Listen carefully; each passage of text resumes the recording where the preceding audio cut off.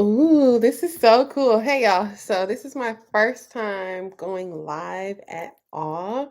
So I'm just testing it out. So let's share this link via Facebook. Okay, there we go. Let's see if it copied properly.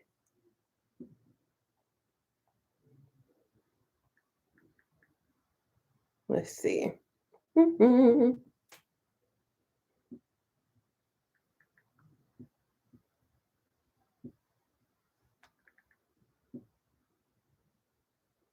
I just sent it. I just sent it to somebody. So this is my first time ever going live. So this is exciting.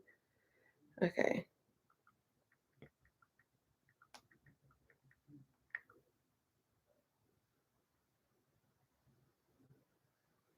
Hi. Okay. So let's begin. I wanted to share my screen. So let me test this out. This is my first time going live on here. So let's see if it actually works. There we go. Um, okay. Google. It's working. Okay, perfect. So y'all can see this. Yes.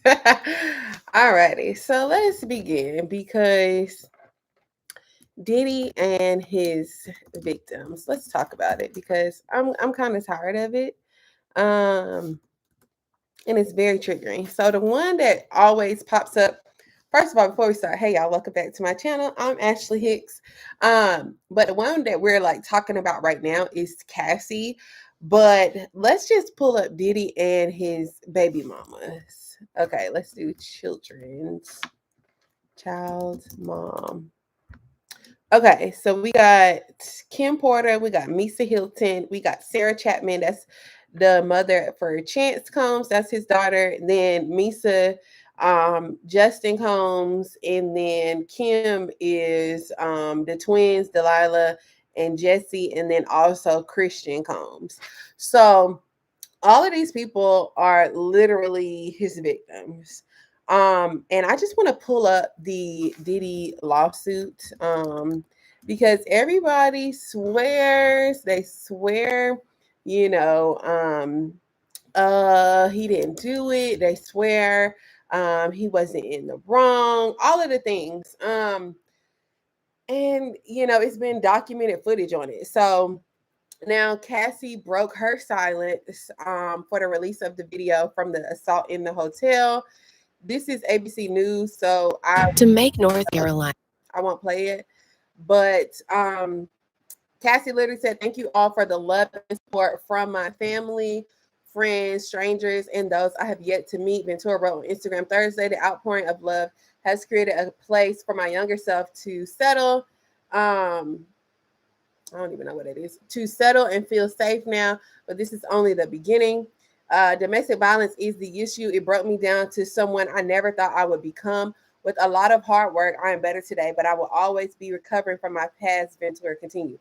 Thank you to everyone that has taken the time to take this matter seriously. My only ask is that everyone open your heart to believe in victims the first time. It takes a lot of heart to tell the truth out of a situation that you were powerless in. Okay.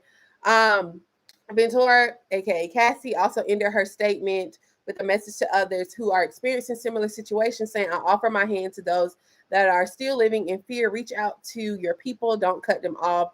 No one should carry this weight alone. This healing journey is never ending, but this support means everything to me. Thank you." Um, and the reason that I think it's super important to talk about this is because, months ago when they released the lawsuit, Didi was saying she was lying, all of the things, right? Um, so I read all 72 pages of the lawsuit. And it was filed back in November. It's open on Google, all of the things. So let's get into it. Shall we? We shall.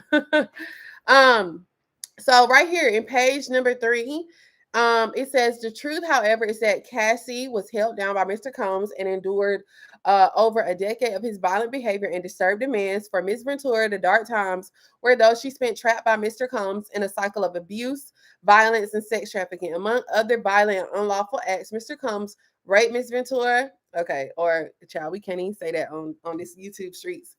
SA'd Miss Ventura in her own home after she tried to leave, often punched, beat, kicked, and stumped on Miss Ventura, resulting in bruises, burst lips, black eyes, and bleeding. Blew up a man's car, aka allegedly Kid Cudi's.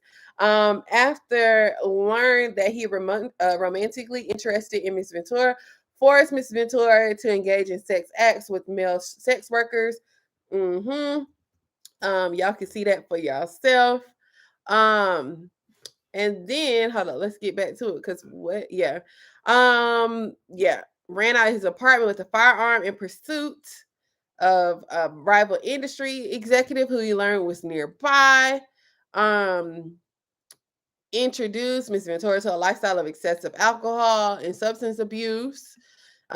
Miss Ventura met Combs when she was 19 years old and he was 37 years old. He signed her to his label, Bad Boy Records, within a few years. Lured Miss Ventura into ostentatious, fast paced, and drug fueled lifestyle. This is all in a lawsuit. So when everybody's like, I don't believe it, I don't believe it, it's all in the lawsuit that he paid out in literally less than 24 hours. So if it was in fact not true, why would you pay out a lawsuit that fast? I'm not understanding. Um, I'm not understanding. And also, let's get into the fact that, um, okay, let's get into the fact that she really didn't have a lot of career because she was holding him down as his industry girlfriend for like 10 years, all the while all this stuff was happening to her.